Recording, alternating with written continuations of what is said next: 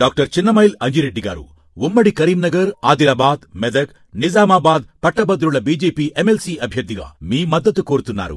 TDP వారు bike ఇవ్వరని తెలుసు, అవమానిస్తారని తెలుసు, అయినను పోయి రావాలని అసెంబ్లీకి. ఎందుకంటే ఈ అవమానాలు ఎదుర్కొన్నందుకే కదా చంద్రబాబు నాయుడును ప్రజలు మళ్ళీ ముఖ్యమంత్రి చేసింది. చంద్రబాబు నాయుడు అసెంబ్లీలో ఇది గౌరవ సభ కాదు, ఇది కౌరవ సభ, నేను ముఖ్యమంత్రిగానే మళ్ళీ సభకు వస్తానని చంద్రబాబు నాయుడు చెప్పింది మనకు గుర్తులేదా? అనంటే ప్రజల అవకాశం ఇచ్చారు. మీరు కూడా వెళ్ళండి, ప్రజా సమస్యలు లేవనెత్తండి, ప్రజల అంశాలు మీకు టైం ఇవ్వలేదనుకోండి. నేను ఇదివరకు కూడా చెప్పాను, టైం ఇవ్వలేదు అనేది కరెక్ట్ అనేది కాదు. టైం ఎంత ఉంటే అంతలో మాట్లాడని నేర్చుకోవాలి. టైం అంటే 3 గంటలు 4 గంటలే మాట్లాడాలని రూల్ ఏం లేదు కదా.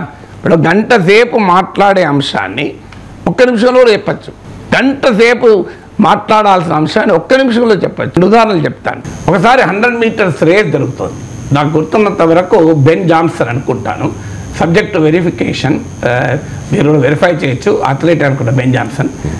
అది 100 మీటర్స్. మీకు తెలుసు 5 కిలోమీటర్ల రేస్ అంటే నువ్వు కామెంట్ ఇవ్వచ్చు, ఆయన 5 కిలోమీటర్లు కవర్ చేస్తారు, చాలా సమయం పడుతుంది కనుక కామెంట్ చేయొచ్చు. ఇది 100 మీటర్సే. బెన్ జాన్సన్ నౌ స్టార్స్ అన్నిటితో నాడు చేరిపోతారు కదా. 100 మీటర్స్ ఎంతలో పరిగెడతారు, ఫ్యూ సెకండ్స్లా. బీబీసీలో అద్భుతంగా కామెంటరీ ఇచ్చాడు. మిగతా ఛానల్ అన్నీ కూడా బెన్ జాన్సన్ డ్రెస్ ఇన్ అని మొదలుపెట్టే వరకు ఆ బెన్ జాన్సన్ అక్కడ చేరిపోయాడు. బెన్ జాన్సన్ నౌ స్టార్స్ అన్నిటితో ఈ స్టార్టింగ్లో ఉన్నాడు, అక్కడ చేరిపోయాడు, అతను పరిగెత్తేసింది. ఆయన బీబీసీ వాళ్ళు ఏమన్నా అంటే Ben Johnson Ben Johnson Ben Johnson అన్నట్టు. చూడండి ఎంత అద్భుతంగా కామెంటరీ చెప్పాడు. అందువల్ల ఇలా మనము నేర్చుకోవాలి. జగన్మోహన్ రెడ్డి అసెంబ్లీలో మైకు గంట సేపు ఇవ్వలేదు, 40 నిమిషాలు ఇవ్వలేదు. 40 నిమిషాలు ఎందుకు ఇస్తారు టీడీపీ వాళ్ళు? 164 సీట్లు ఉన్నాక నీ గంట సేపు ఇచ్చి నీతో తిట్టించుకుంటారా? వాళ్ళంత అమాయకులా కూటేవాళ్ళు? ఏమి ఇస్తే 1 నిమిషం ఇస్తారు, 1 నిమిషం మాట్లాడు, ఏం లేదు, మైక్ తీసుకో, విశాఖ హక్కును కాపాడండి, విశాఖ హక్కును కాపాడండి, విశాఖ హక్కును కాపాడండి అనండి.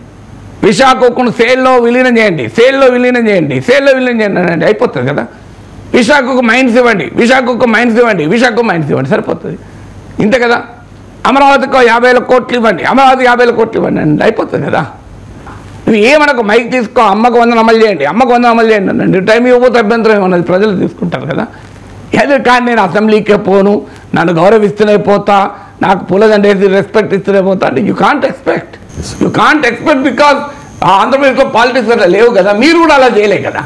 ఇప్పుడు జగన్మోహన్ రెడ్డి చేసి వాళ్ళని చేయమంటే అర్థం ఉన్నాయి, నువ్వు చేయలేదు, అలా లేవు పాలిటిక్స్. Forget about it. ప్రజలను దృష్టిలో పెట్టుకో, ప్రత్యర్థులను దృష్టిలో పెట్టుకో. ఒకటి అసెంబ్లీకి వెళ్ళు, 11 మంది కాదు, ఒక్కరైనా వెళ్ళొచ్చు, ఒక్కరు వెళ్ళలేదా?